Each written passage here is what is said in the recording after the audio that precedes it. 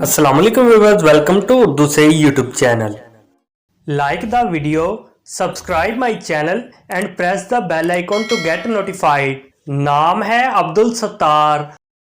अब्दुल सत्तार नाम के इंग्लिश में स्पेलिंग बनते हैं ABDULSATTAR। अब्दुल सत्तार नाम का इस्तेमाल लड़कों के नामों में होता है। अब्दुल सत्तार नाम लड़कों के लिए मखसूस है। अब्दुल सत्तार नाम का मजहब मुस्लिम है। अब्दुल सत्तार नाम के मायने हैं हिफाजत करने वाले का खादिम। अब्दुल सत्तार नाम के इंग्लिश में 10 हरूफ हैं और ये 2 लफ्ज़ हैं, 10 words and 2 letters. Abdul Sattar नाम के उर्दू में 9 हरूफ हैं और ये 2 लफ्ज़ हैं।